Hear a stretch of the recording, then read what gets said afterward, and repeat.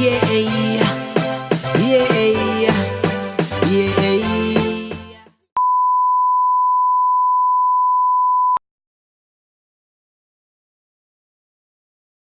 I was like in standard 5 or standard 6, I played the clarinet once. Like, I learned it for a bit, but I don't know what happened. It never caught my fancy. So even when I went into high school, like, I didn't appreciate music and the theory of it. I dropped that as soon as I could. Like, as soon as I was allowed to. I was getting to GCSEs. I didn't want anything to do with that. But I've always been creative. Like, I used to do graffiti, like, in my room only and stuff like that. And I used to write a lot. I used to write a lot of poetry. And only one friend knew about that, and that was Henry Amosi. And I write my lyrics like in a song format and all, but without the intention of being serious or being. I never ever thought I'd be where I am now. It was just, you know, my way of getting out and my way of expressing myself in a different way. So like in all my textbooks, doesn't matter what subject it was, at the back there was definitely either graffiti something or a poem, or poems should I say. So like, you know, it used to be come to English class the next day, I'd be like, hey Henry, check this out, I wrote a new rhyme, and we read it together, and we always get in trouble because it's like we were passing notes and we were disturbing the class and everything.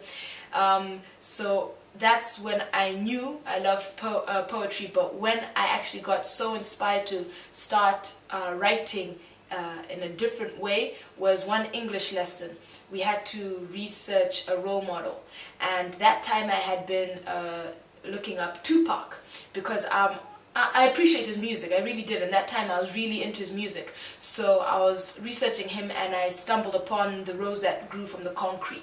And when I read this poem, I fell in love with it, and that's what inspired me to start writing poetry in a different way, you know, because it didn't rhyme or anything, and it didn't make sense to me because I was young. I was like, poetry's supposed to rhyme, and I started writing different.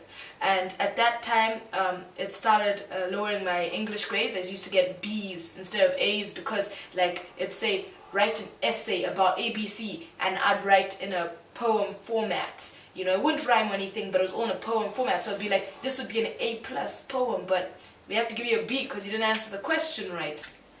So the studio, well, eventually I just kept writing, and that was from like 08, which was serious, where like all my books are filled and stuff.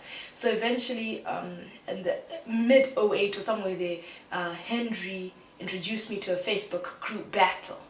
And so I just joined it. It was like Malawi's freestyle battle, something like that. And people who were fans of rapping and poetry all joined there. And there used to be these competitions they'd set every week. Like, if you wanted, you put your name there, and then they put you like they'd set up this whole rap battle competition kind of thing.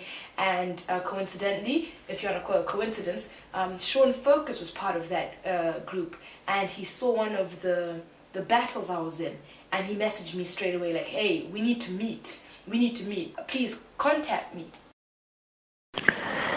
Where did I meet Selena? I was actually on my Facebook, to be honest. I was on my Facebook.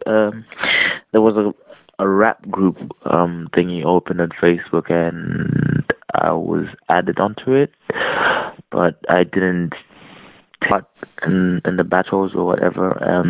I was just there watching and just looking out for talent, to be honest. I was checking out who's got the hardest bars right there, to be honest. Like, yeah, I noticed that a girl was actually eating all the guys that were in the rap group, so I was like,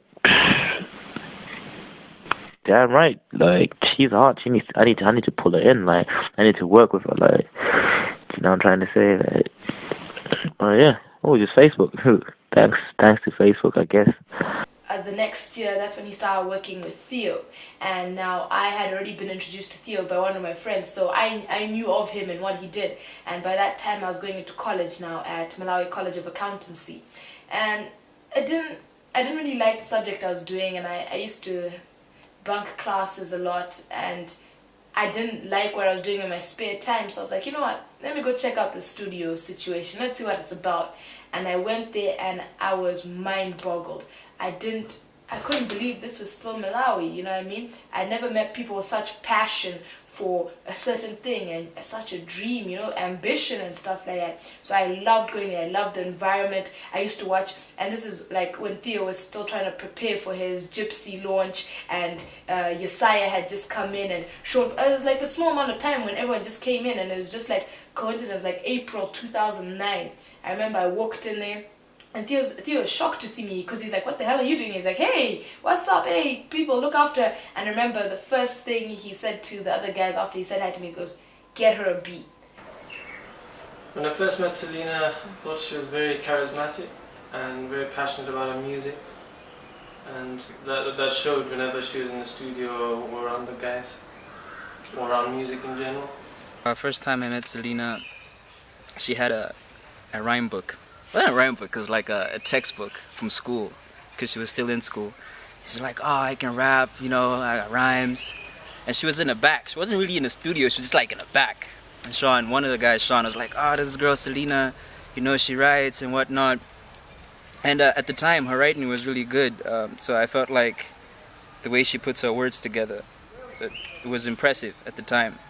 But she really didn't have a lot of studio experience. So I never had that studio experience or knew anything about music and the music industry and producing music and everything. It was like all happening so quick. Well, when I first met Selena, that was at Matala, so she just popped through. She came through because of Sean. So now we're working on Team Gypsy stuff, and then Selena came through. And now I'd never heard her rap, you know, she was just talking a lot. And then she showed me her lyrics. I was just like, whoa, this is fire, whoa! And I said rap, and it was like, no, we need to work. And then we started working, and then that's when we took her on as Miss Gypsy, and magic happened from there.